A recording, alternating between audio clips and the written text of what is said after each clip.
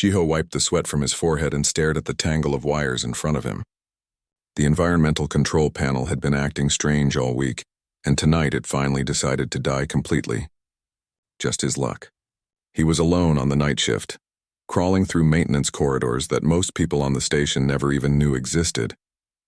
The station orbited a distant star called Proxima Centauri. It was humanity's first real attempt at making friends with aliens. The Velkari Empire had sent their ships here for some kind of important meeting. Jiho didn't know much about it and honestly didn't care. He was just a maintenance engineer. His job was to keep the air flowing and the lights on. Politics were for other people. He pulled himself through the narrow corridor, his toolbox scraping against the metal floor. The station was huge, built to impress the aliens with human engineering. But impressive buildings still needed someone to fix the pipes when they broke. That someone was usually Jiho. His radio crackled. "Jiho, you there?" "Yeah, I'm here," he replied, adjusting the wrench in his hand. "How long until you fix that panel?" "The diplomatic section is complaining about temperature problems," Jiho sighed. "Of course they were. Give me 30 minutes. Maybe an hour. Make it quick. We've got important guests." The radio went silent. Jiho rolled his eyes. Important guests. Everything was about important guests these days. The Velkari had arrived 2 days ago with their massive ships that looked like floating crystals. Beautiful ships, Jiho had to admit. But they made everyone on the station nervous and strange. He turned a corner in the maintenance corridor and froze. There was something in his way. A large pod about the size of a small car floating in the middle of the passage. It glowed with a soft blue light. Strange symbols covered its surface. This was definitely not human technology. "What the hell?" Jiho muttered. "The pod shouldn't be here. This was a maintenance area, restricted to station personnel only. But there it was, humming quietly and blocking his path. He tried to squeeze past it, but the corridor was too narrow. He would have to move it somehow. Jiho reached out carefully and touched the pod's surface. It was warm and smooth like glass. He pushed gently, trying to slide it to the side. The pod moved a little, and he pushed harder. Then everything went wrong. The pod lurched suddenly, and Jiho lost his balance. He fell forward, his hand shooting out to catch himself. His palm slapped against something that definitely wasn't the pod's outer shell. The surface had cracked somehow, and his hand went right through a gap in the containment field. His skin touched something cold and smooth. It felt like touching ice, but softer, almost like skin. An alarm screamed through the corridor. Red lights flashed everywhere. The pod started shaking violently, and Jiho yanked his hand back. His heart hammered in his chest. What had he just done? The pod's top section suddenly opened with a hiss of releasing air. Inside, lying on some kind of medical bed, was an alien. A Velkari, Jiho realized with growing horror. And not just any Velkari. She wore clothes that shimmered with silver thread. Her skin was pale and crystalline, almost translucent. Patterns of light moved beneath her skin like living tattoos. She was beautiful in a terrifying alien way. And she was dying. He could tell just by looking at her. Her breathing was shallow and her skin looked dull, almost gray.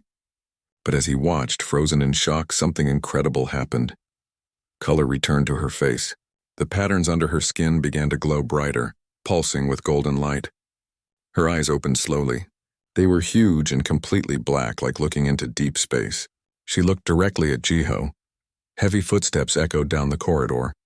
Lots of them running. "Freeze. Don't move." Security guards appeared from both directions, their weapons pointed at Jiho. Behind them came figures in flowing robes. More Velkari. Their faces showed emotions Jiho couldn't quite read, but he recognized panic when he saw it. One of the robed Velkari rushed to the pod. She was tall, taller than any human, with skin that sparkled like diamonds. A crown of what looked like living crystal grew from her head. She looked at the girl in the pod, then at Jiho, then back at the girl. She made a sound that Jiho's translator couldn't process. It came out as static. Then she collapsed to her knees, her shoulders shaking. Was she crying? Could aliens cry? More Velkari rushed forward. They surrounded the pod, touching the girl gently, speaking in their musical language. The translator in Jiho's ear struggled to keep up. Impossible. She's awake. How? The human touched her. A security guard grabbed Jiho's arm roughly. You need to come with us now. I didn't mean to. Jiho started. Save it. They dragged him away from the corridor, but he kept looking back. The girl in the pod was sitting up now, supported by the crying Velkari woman. She was looking at him, her black eyes following his movement until he disappeared around the corner. They took him to a small room. Not a cell exactly, but close enough. It had a bed, a chair, and a locked door. A guard stood outside. Jiho sat on the bed and put his head in his hands. He had no idea what had just happened, but he knew it was bad. Hours passed. Maybe 4 or 5. Nobody came to talk to him. Nobody explained anything. He tried to sleep but couldn't. His mind kept replaying that moment when his hand touched the alien girl's skin, the way her eyes had opened, the way that tall Velkari woman had collapsed in what looked like relief. Finally, the door opened. A man walked in, human, wearing the formal uniform of the diplomatic corps. He looked tired and stressed. "I'm Ambassador Hyunwoo," the man said, sitting in the chair. "We need to talk about what happened." "I didn't mean to touch her," Jiho said quickly. "The pod was in the maintenance corridor. I was just trying to move it." "I believe you," Hyunwoo said, which surprised Jiho. "But that doesn't make this situation any less complicated." "What situation? Who was that girl?" Hyunwoo rubbed his face. "That was Princess Erin, daughter of Empress Nalara of the Velkari Empire. She's been dying from something they call void sickness for the past 8 months. No cure exists. They brought her here as a last resort, hoping our doctors might help." Jiho's stomach dropped. "I touched a princess?" "You did. And somehow impossibly you saved her life. When you touched her, her vital signs stabilized for the first time in months. The medical team is examining her now. They say she's recovering. That's good, right?" Jiho asked hopefully. Hyunwoo's expression was grim. "In Velkari culture, touching a member of the royal family without permission is punishable by death. You broke one of their most sacred laws." The room felt suddenly cold. "But I saved her. I know. And the Empress knows. That's the only reason you're still alive. But there's a faction of Velkari who don't care. They want you executed anyway to preserve their traditions." Jiho couldn't speak. He just stared at the ambassador. "We're working on it," Hyunwoo continued. "The Empress is grateful. The princess is alive because of you. That has to count for something. But right now you need to stay here and stay quiet. Don't talk to anyone. Don't do anything. Understand?"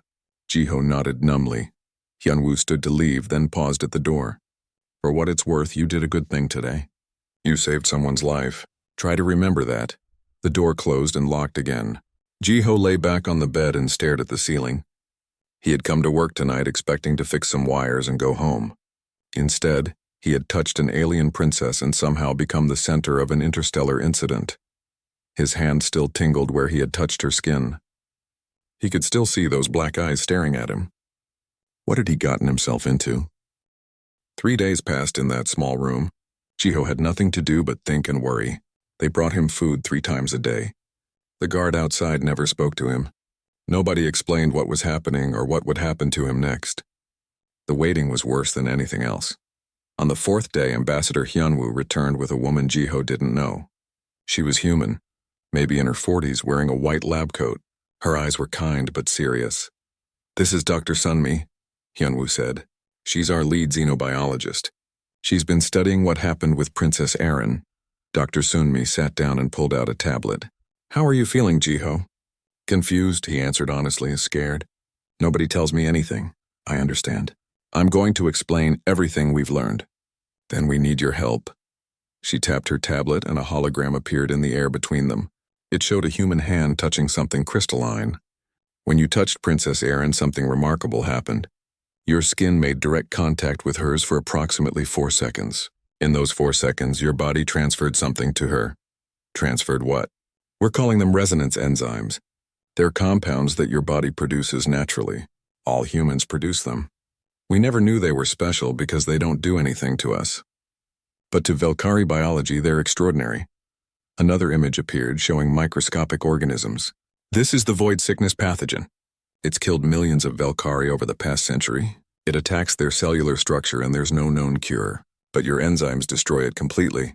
They're harmless to Velkari cells but lethal to the pathogen." Jiho stared at the hologram. "You're saying I cured her?" "Just by touching her." "Yes, and not just her. In theory, any human could do the same thing. We're the cure they've been searching for." The room was quiet for a moment. Jiho tried to process what he was hearing. So I'm not in trouble anymore? Hyunwoo and Sunmi exchanged a look. It's complicated, the ambassador said. The Empress is grateful. Princess Erin is recovering well. But there's still the matter of you breaking their sacred law. The Valkyrie High Council is arriving today to pass judgment on your case. I could still be executed? Possibly. But Princess Erin has done something unprecedented. She's invoked an ancient law called the life debt. Essentially, she's claimed you as her personal retainer. Under Valkyrie law, that gives her the right to protect you from punishment. What does that mean? Personal retainer? Dr. Sunmi leaned forward. It means you'll need to stay close to her. She's recovering, but she needs ongoing treatment. Regular physical contact with a human to keep the pathogen from returning. You saved her life, Jiho. Now you might need to keep saving it. Before Jiho could respond, an alarm chimed. Hyunwoo checked his device and stood quickly. The council has arrived. They want to see you. Both of you need to come with me. They walked through the station's corridors. Jiho noticed people staring at him. Word had spread, apparently. The maintenance engineer who touched a princess and lived. He felt their eyes following him and wished he could disappear. They entered a large conference room. It was filled with Valkyrie, tall crystalline beings in elaborate robes. At the far end sat 3 figures on elevated chairs. The High Council, Jiho guessed. In front of them stood the Empress herself, Nalara. Next to her was Princess Erin. The princess looked different than she had in the pod. She was standing now, wearing a flowing white dress that seemed to move like liquid. Her skin glowed with health. Those black eyes found Jiho immediately as he entered. He looked away quickly, nervous. One of the council members spoke. The translator in Jiho's ear rendered the words in a deep, formal voice. The human approaches. The one who violated sacred law.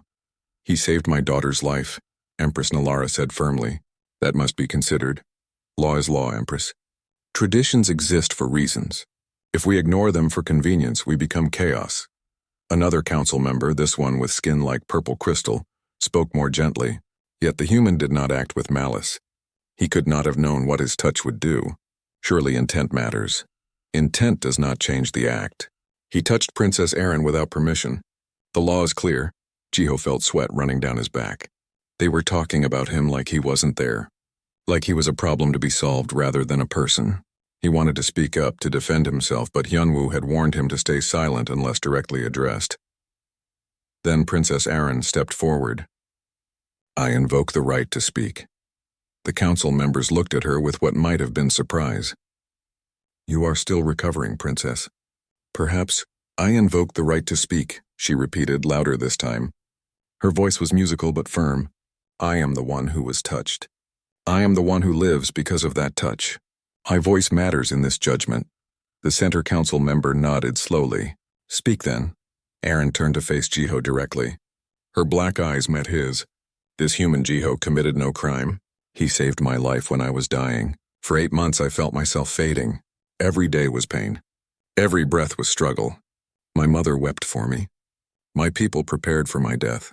And then this human touched me and the pain stopped. The darkness lifted. I live because of him. She turned back to the council. I claim him under the ancient law of life debt. His life is bound to mine now. You cannot punish him without punishing me. You cannot execute him without declaring that my life had no value worth saving. The room was silent. Even the Empress looked shocked. The council members leaned together, speaking in low voices that the translator couldn't catch. Finally, the center member spoke.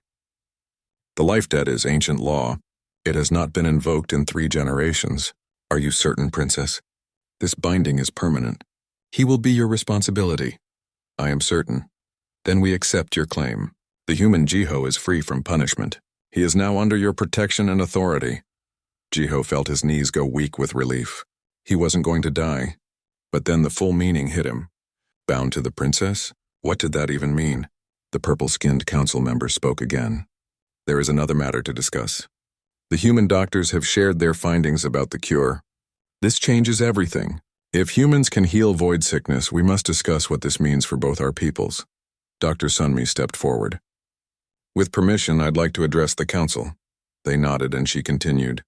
We've identified dozens of Valkyrie on your ships who show early signs of void sickness. If you'll allow it, we have human volunteers ready to provide treatment.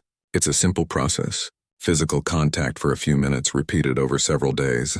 We can begin immediately. The Empress looked at the council, hope visible on her face. We should accept.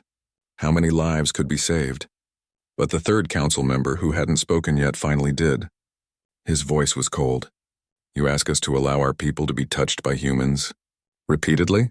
This violates everything we are. Our culture, our dignity, our superiority. Our people are dying, Nalara said sharply. Would you choose pride over their lives? I would choose to maintain what makes us Velkari. These humans are beneath us. To need them, to depend on them, diminishes us. Perhaps some deaths are acceptable to preserve who we are. Jiho couldn't stay quiet anymore. People are dying. How is letting them die better than letting us help? Every Velkari eye turned to him. He probably should have kept his mouth shut, but the words were already out. The cold council members stared at him with obvious disgust. The human speaks out of turn. This is exactly why we should not— He's right. Princess Erin's voice cut through the tension. Commander Velos, you speak of pride and tradition while our people suffer. I have felt the void sickness. I know its pain. Would you condemn others to that pain to preserve your sense of superiority? Velos. So that was the cold one's name. He looked at the princess with barely concealed anger. You are young, princess. You do not understand the dangers of becoming dependent on a lesser species. Lesser? Dr. Sunmi's voice was quiet but firm. We're offering to help, for free. No demands, no conditions. Just because people are suffering and we can stop it. If that makes us lesser, then I'm proud to be lesser. The Empress stood. Enough, this debate can continue later. For now, I make this decision as Empress. Human volunteers will be allowed to treat our sick. We will establish protocols to ensure dignity for both species. Commander Velos, you will comply with this order. Velos bowed, but his face showed his rage. As you command, Empress. The meeting ended. As everyone filed out, Ambassador Hyunwoo pulled Jiho aside. That was brave but stupid. Never speak out in a Velkari council meeting. I know. I'm sorry. I understand. But be careful. Commander Velos is dangerous. He controls a large portion of the Velkari military. You just made an enemy. Jiho watched Velos leave the room, surrounded by other Velkari in military uniforms. The commander glanced back once, his eyes finding Jiho. The look was pure hatred. Great, Jiho muttered. Just great. Dr. Sunmi approached them with a smile. Despite the drama, this is good news. We can start treatments tomorrow. I'll need you to help train the other volunteers. You're the first human to successfully treat a Velkari. Your experience matters. I just touched her. I didn't do anything special. You saved her life. That's pretty special. Sunmi handed him a data pad. These are the volunteers. Minho, Yoonji, Daeun, and 8 others. Good people. They want to help. Princess Erin led Jiho to a private garden area on the station. Real plants grew here, a mix of earth and Velkari species. The air smelled sweet and strange. They sat on a bench overlooking a small pond. For a long moment, neither spoke. You are uncomfortable, Erin finally said. It wasn't a question. A little, Jiho admitted. I don't really understand what happened back there. The life debt thing. Erin's fingers traced patterns on the bench's armrest. In my culture, touch is sacred. We only touch family and bonded mates. To touch another person without permission is the worst violation. But when you touched me, you gave me back my life. That creates a debt that cannot be repaid with words or gifts. Only with binding. So I'm like your servant now? No, not servant. You are under my protection. It means I am responsible for you, your safety, your well-being. But it also means you are responsible for me. We are bound together. For how long? Forever. Or until one of us dies. She looked at him directly. I know this is strange for you. It is strange for me too. Humans and Velkari were never meant to be bound this way. Jiho rubbed his face. This is all too much. Yesterday I was fixing pipes. Now I'm bound to an alien princess for life. Yesterday I was dying. Now I am alive. Aaron's voice was soft. I understand your confusion, but please understand my gratitude. 8 months I was in that pod, feeling myself fade away. I heard my mother crying for me. I knew I was dying, and there was nothing anyone could do. Then your hand touched mine and everything changed. The pain stopped. The darkness lifted. You gave me a future when I had none. The way she spoke made Jiho's chest tight. He hadn't really thought about what it must have been like for her. I'm glad you're okay. Really. I just don't know what I'm supposed to do now. Dr. Sunmi explained that I need regular treatments. Your touch, several times a week, to keep the sickness from returning. I know this is difficult. Touch means something different to your people. But I need your help. Of course I'll help. You don't have to ask. Aaron looked surprised. You agree so easily? You're sick. I can help. Why would I say no? She was quiet for a moment, studying him with those black eyes. Many of my people believe humans are inferior, weak, lesser beings. I confess I believe this too. But you speak of helping without hesitation, without asking for payment or power. Perhaps we were wrong about your species. We're not perfect, Jiho said. Humans have done plenty of bad things, but most of us try to help when we can. This is strange to me. In Velkari culture, everything has a price. Everything is transaction. Help is given to gain advantage. That sounds exhausting. Aaron laughed. It was a beautiful sound, like wind chimes. It is. Very exhausting. They sat in comfortable silence for a while. Then Aaron spoke again. Tell me about your world, Earth. What is it like? So Jiho told her. He talked about blue oceans and green forests, about cities full of people from different backgrounds, about humanity's messy history of wars and peace, mistakes and recoveries. He wasn't a great storyteller, but Aaron listened like every word mattered. Your people have suffered much, she observed. Disease, war, destruction. Yet you survived. We're stubborn like that. Humans are good at surviving. Perhaps that is why your bodies developed the cure to our sickness. You evolved to fight disease. We evolved to avoid it. Now our different paths have brought us together. Over the next week, Jiho fell into a routine. Every morning and evening he met with Aaron for treatment sessions. He would place his hand on hers for about 15 minutes while they talked. At first it was awkward. Aaron would tense up whenever he touched her, and Jiho felt like he was doing something wrong. But gradually, they both relaxed. During the day, Jiho trained the human volunteers. Minho was a nurse from Tokyo. Yunji was a botanist who studied alien plants. Dayun worked in the station's cafeteria. All of them had volunteered to help treat sick Velkari. They were nervous but determined. Remember, Jiho explained, for them this is really hard. Touch is sacred in their culture. Be gentle, be respectful, don't make jokes or take it lightly. The treatments began. Dozens of Velkari arrived at the medical wing, all showing signs of void sickness. Some were nobility, others were soldiers or civilians. Each was paired with a human volunteer. The results were incredible. Within days, patients who had been dying started recovering, but not everyone was happy about it. Jiho noticed Velkari, military personnel, watching the treatments with obvious disgust. They wore the same uniform markings as Commander Velos. They never spoke to the humans, but their hatred was clear. One evening, Jiho was walking to meet Aaron when he overheard voices from a conference room. The door was slightly open. He knew he shouldn't listen, but something made him stop. The humans make us weak. That was Velos's voice, cold and angry. Every day we depend on them more. Every day we become less Velkari and more like them. They are saving our people. Another voice, one Jiho didn't recognize. They are enslaving us. Don't you see? Once we need them, they control us. They can demand anything. Alliance, territory, resources. We become their puppets. What do you suggest? We should take what we need. Earth has 4 billion humans. We capture enough to serve as healers, breed them, control them, create a medical caste that serves us. Then we no longer need their cooperation. We simply take what we need and eliminate the rest. Jiho's blood ran cold. They were talking about enslaving humanity, about attacking Earth. The Empress would never allow. The Empress is weak, blinded by gratitude for her daughter's life. If necessary, she can be replaced. There are others in the royal family who understand what must be done. This is treason. This is survival. Are you with us or against us? Silence. Then, I am with you.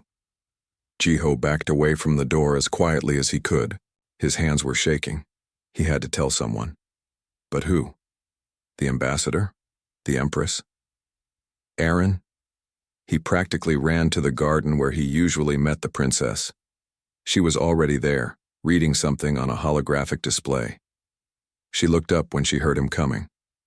Jiho, what's wrong? You look upset. He sat down heavily on the bench. I need to tell you something, but I don't know if you'll believe me, or if you'll hate me for saying it. Tell me. So he did.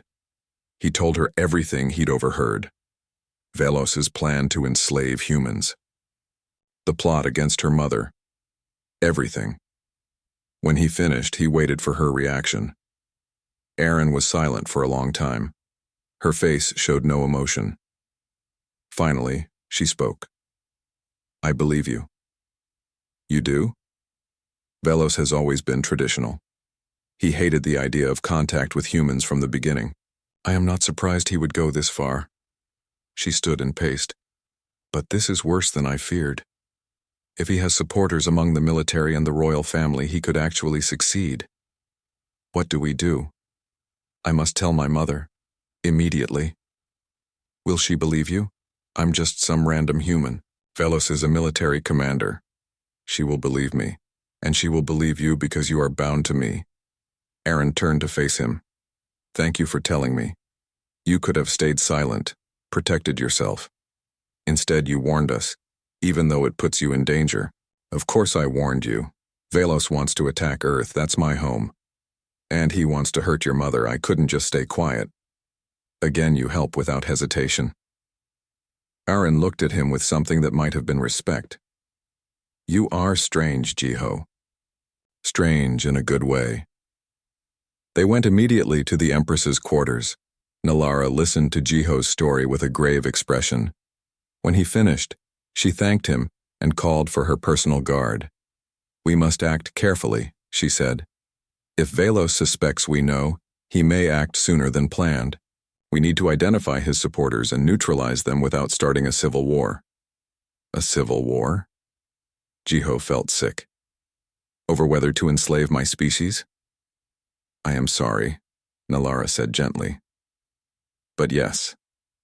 The divide between those who see humans as equals and those who see you as tools runs deep. Velos represents a significant faction of our society. Ambassador Hyunwoo was called to join them. He listened to the situation with growing alarm. We need to warn Earth, get our defensive fleet ready. Not yet, Nalara said. If Earth mobilizes, Velos will see it as confirmation that humans are a threat. It could trigger the very attack we're trying to prevent, so what do we do? Just wait? We watch. We gather evidence. We identify every officer and noble who supports Velos. Then we act decisively. But they didn't have time. 3 days later, alarms screamed through the station. Jiho was in the medical wing training volunteers when the emergency announcement came. All personnel to stations. This is not a drill. Hostile vessels approaching. Jiho ran to the nearest window. In the distance, he could see Velkari warships moving into attack formation, not toward the station. Toward the human defense ships protecting it. Velos wasn't waiting anymore. He was attacking now. Dr. Sunmi grabbed Jiho's arm. We need to get to the shelter. What about the patients? The Velkari were treating? I don't know. The station shook as weapons fire struck nearby. Lights flickered. More alarms screamed. People were running and shouting in panic. Human and Velkari both, all confused and scared. Jiho saw Princess Aaron across the medical wing. She was helping Velkari patients get to safety, her face determined. Their eyes met across the chaos. Go, she shouted at him. Get to safety. But Jiho didn't move. Something told him that safety was an illusion now. The war had started, and nowhere would be safe. Not for him, not for Aaron, not for anyone. Emergency lights flickered on, bathing everything in red. The station shook again, harder this time. Jiho grabbed a support beam to keep from falling. Around him, people were screaming. Medical equipment crashed to the floor. Through the windows, he could see flashes of weapons fire in the darkness of space. Everyone to the evacuation pods. Ambassador Hyunwoo's voice came over the intercom. This is a full evacuation. Move quickly, but do not panic. But people were already panicking. Humans and Velkari pushed toward the exits, desperate to escape. Jiho fought against the crowd, trying to reach Aaron. She was still helping injured Velkari patients across the medical wing. "Aaron," he shouted. "We need to go." "Not without them," she called back, supporting an elderly Velkari who could barely walk. "I will not leave my people behind." Jiho ran to help her. Together they guided patients toward the emergency exits. Another explosion rocked the station. Part of the ceiling collapsed behind them, blocking one of the corridors. Smoke filled the air. Dr. Sunmi appeared, her face streaked with soot. "The main evacuation route is blocked. We need to use the maintenance corridors." "I know the way," Jiho said immediately. "Follow me." He led them through passages he'd crawled through countless times during his maintenance work. The narrow corridors were crowded with people trying to escape. Some were injured. Some were helping others. In the chaos, nobody cared if they were human or Velkari. Everyone just wanted to survive. They reached an evacuation pod bay. Human soldiers were there, helping people board the escape pods. A familiar face caught Jiho's eye. Commander Taejin, head of the station's defense force. He was shouting orders, trying to maintain order. "Get everyone onto those pods. Move, move, move." Aaron helped the last Velkari patient into a pod. Then she turned to Jiho. "You should go. Get to safety." "What about you?" "I need to find my mother. And I need to stop Velos. Then I'm coming with you." "Jiho, no. This is not your fight. You're bound to me, remember? Where you go, I go." Aaron looked like she wanted to argue, but another explosion cut off her words. She nodded. "Stay close."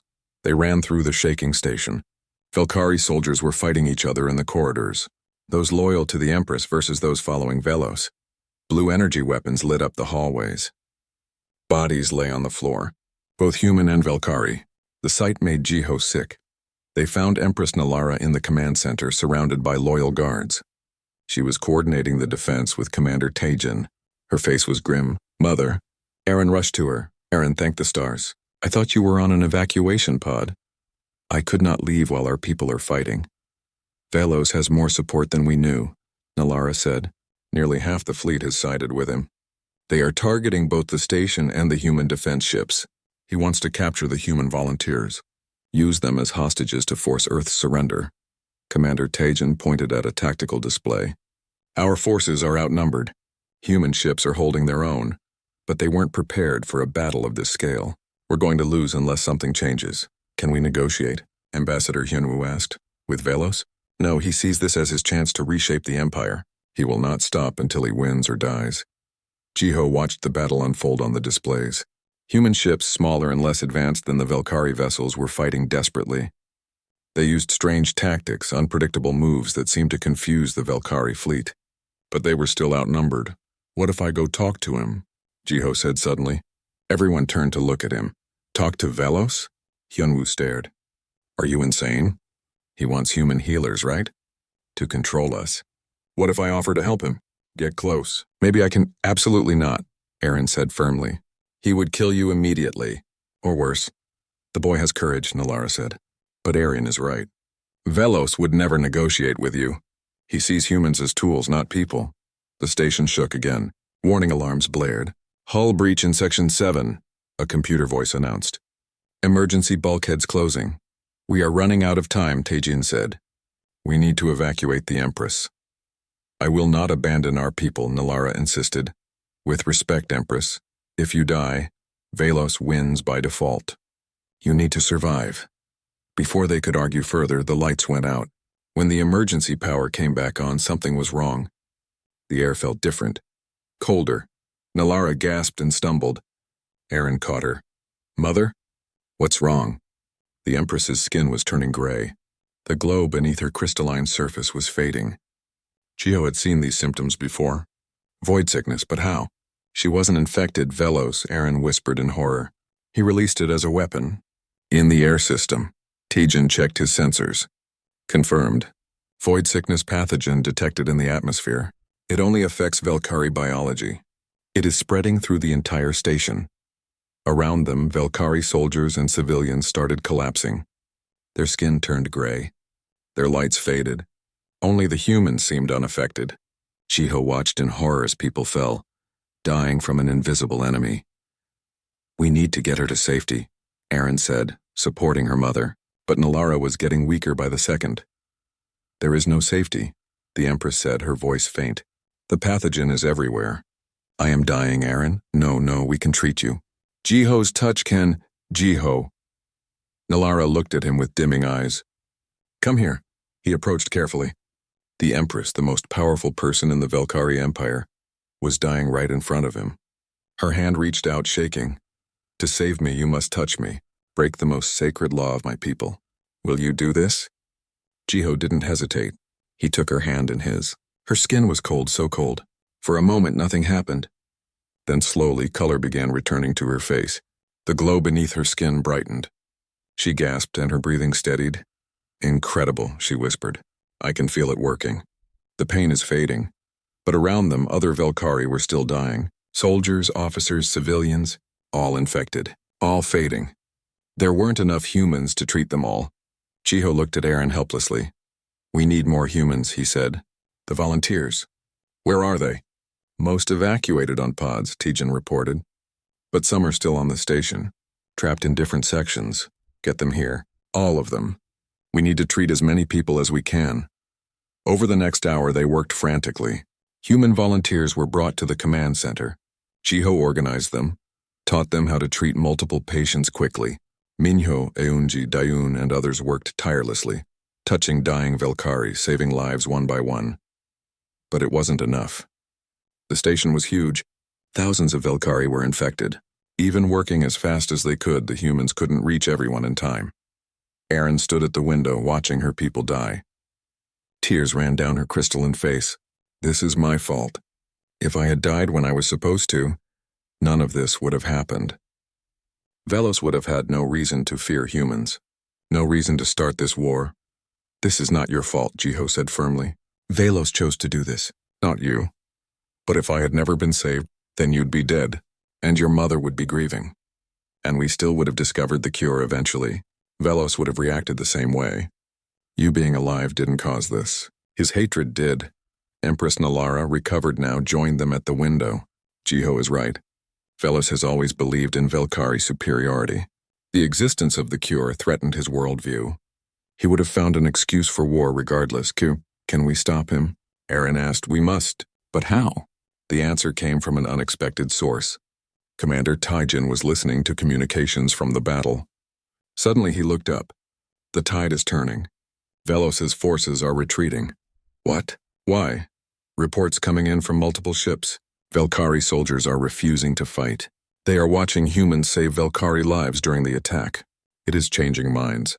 Officers are questioning Velos's orders. Some are switching sides."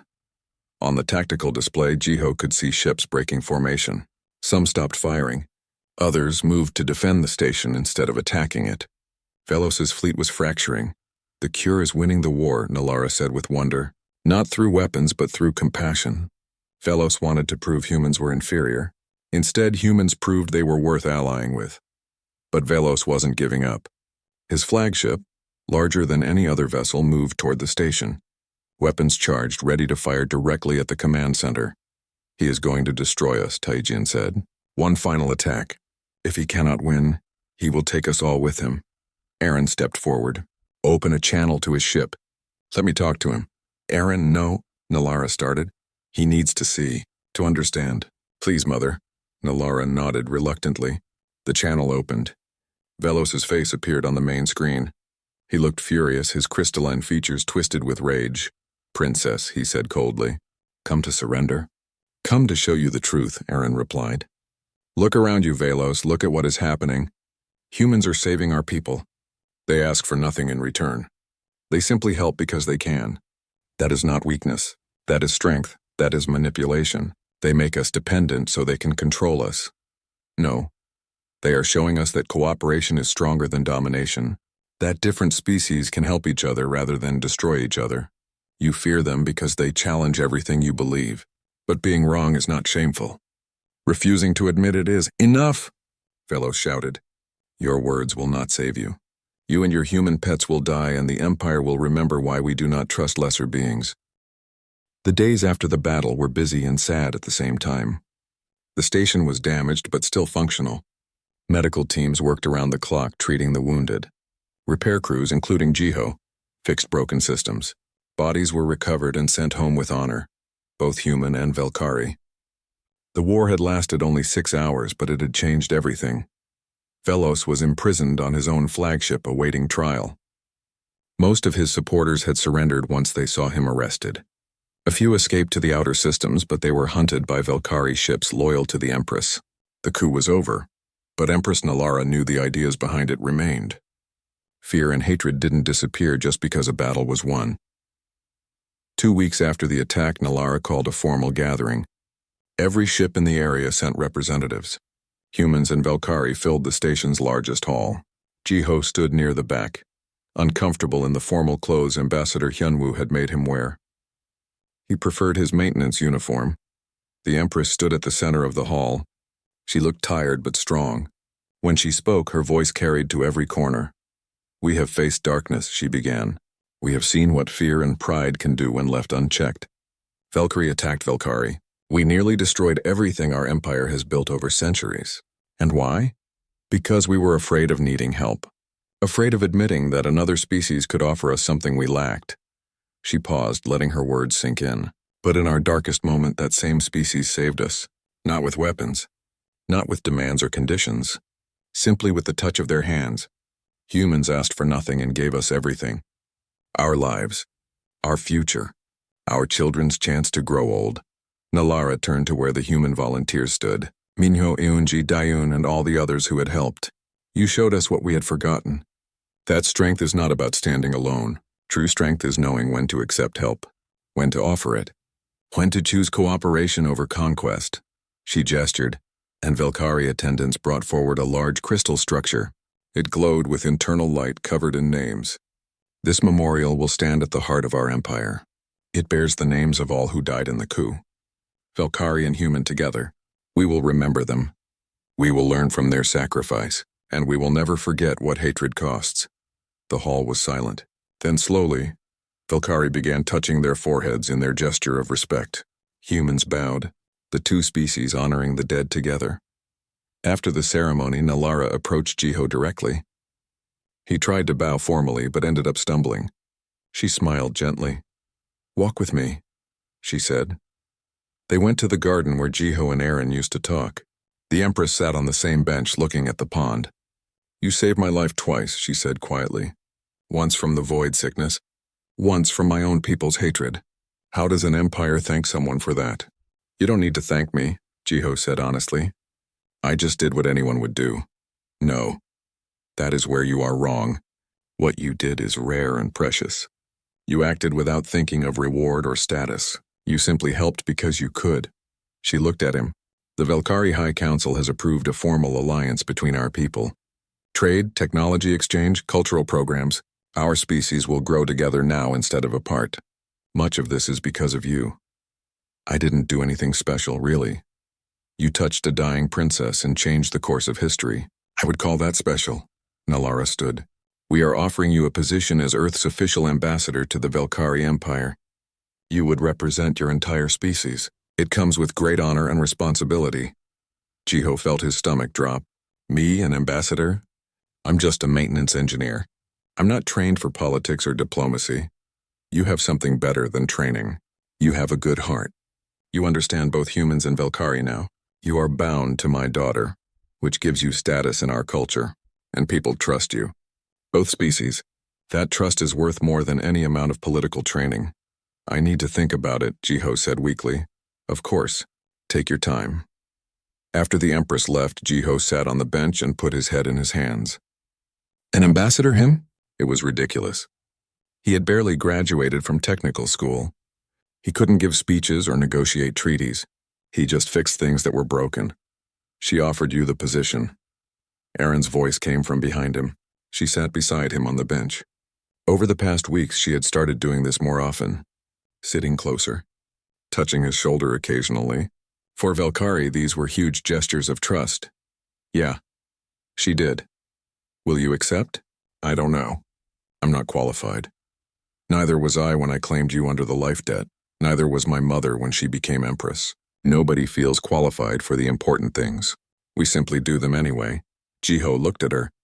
In the soft light, her crystalline skin caught the colors of the garden. She was still alien, still strange to him, but also familiar now, a friend. Maybe more than a friend, though he wasn't sure what that meant between two different species. What do you want me to do? He asked. Aaron was quiet for a moment. I have been thinking about my own future. I was raised to be a princess, to follow protocols and traditions, to eventually rule. But dying changed me. When you touched me and I woke up, I realized I had been given a second chance at life, a chance to choose what I want to do with it. What do you want? To help people, the way you and the other humans helped me.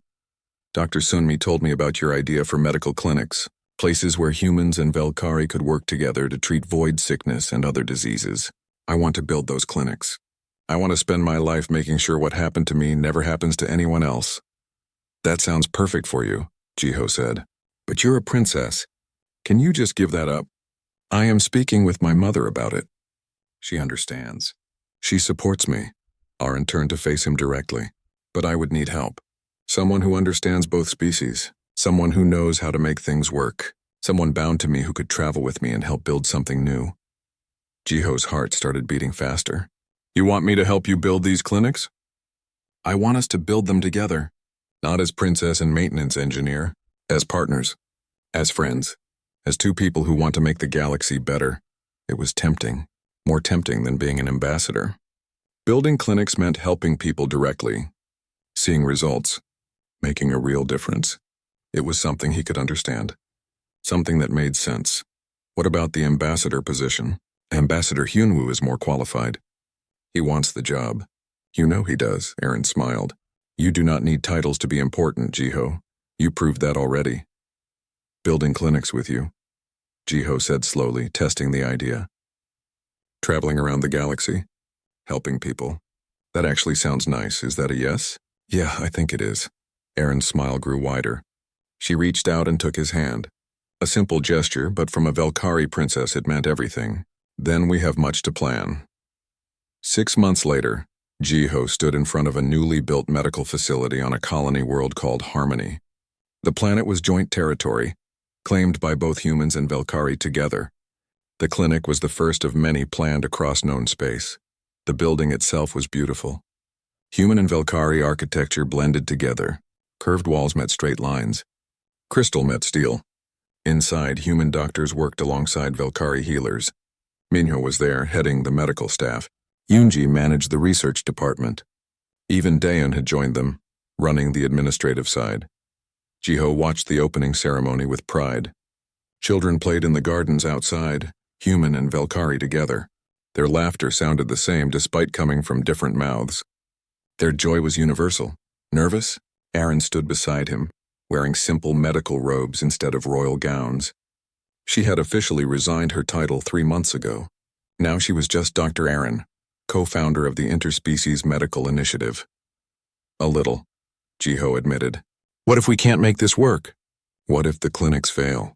Then we try again, and again, until we get it right. She bumped his shoulder gently with hers. In Velkari body language, this was basically a hug. We have already done the impossible several times. We can do it again. Sora, one of the human volunteers, ran up to them. Dr. Aaron, Jiho, we have our first patients arriving. A Velkari family with 3 children, all showing early symptoms of void sickness. We are coming. Aaron looked at Jiho. Ready? Ready? They walked into the clinic together. Inside, a Velkari family waited nervously. The parents held their children close, fear obvious on their crystalline faces. When they saw Aaron and Jiho, hope replaced fear. You are the ones, the father said. The princess and the human who started all this. We are doctors now, Aaron said gently. And we are here to help. Jiho approached the children, kneeling to their level. They were small, maybe 6 or 7 years old in human terms. Their skin showed the gray tint of early infection. Hey there, he said softly. I'm Jiho. This might feel a little strange, but it won't hurt. I promise. He reached out and touched the first child's hand. The girl flinched, then relaxed. Color returned to her skin. Her parents gasped in relief. Jiho moved to the second child, then the third. Each time the cure worked. Each time a life was saved. By the end of the day, they had treated 30 patients. By the end of the week, hundreds. Word spread quickly. More people came. More volunteers arrived to help, both human and Velkari. The clinic grew and grew.